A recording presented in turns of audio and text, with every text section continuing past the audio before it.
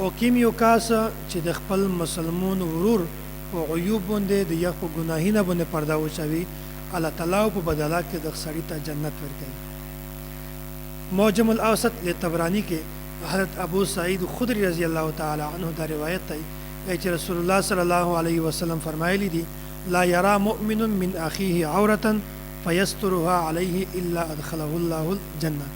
چې کوم یو سړی د خپل مسلمان ورور عیب ویني د یو کوتاهی ویني د یو ګناه ویني په باندې پرده وچوي د یو عیوب باندې پرده وچوي د یو ګناهینه باندې پرده وچوي الله تعالی د کاسته په بدله کې جنت ورنصیب.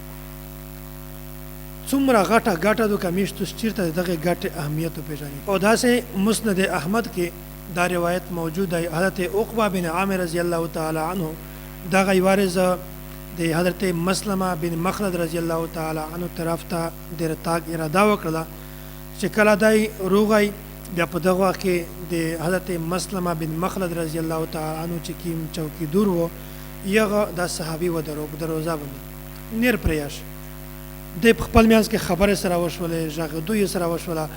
بیا حضرت مسلمه بن مخلد رضی الله تعالی عنه د دې ژغدو ورویدا دا حالات ولده بیا په یو خپل دربان ته خپل چوکی دور ته اډر وکړ چې دا پرېږده.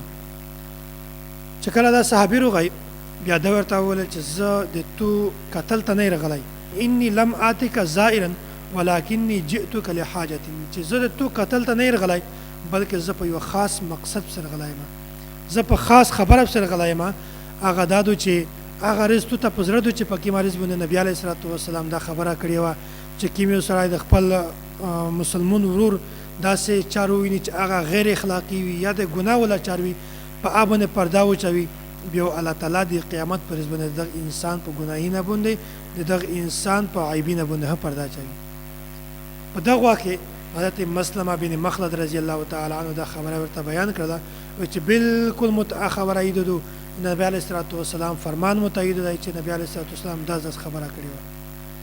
بیا عقبه بن عامر رضی الله تعالی عنه ورته وویل چې مو د ارتاګ مقصد صرف دغه و تو قتل مې مقصد نه وي بلکې صرف مې دغه مقصد و چې زه د تو نه دغه خبره تصدیق وکړم. څومره غټه خبره ده چې په دنیا کې یو سړی د چا عیب پټ کو د چا عیب وسوتی د چا ګناهینه باندې د چا په عیوب باندې پرده وچوي د قیامت پر ورځ الله تعالی د ګناهینه پټوي.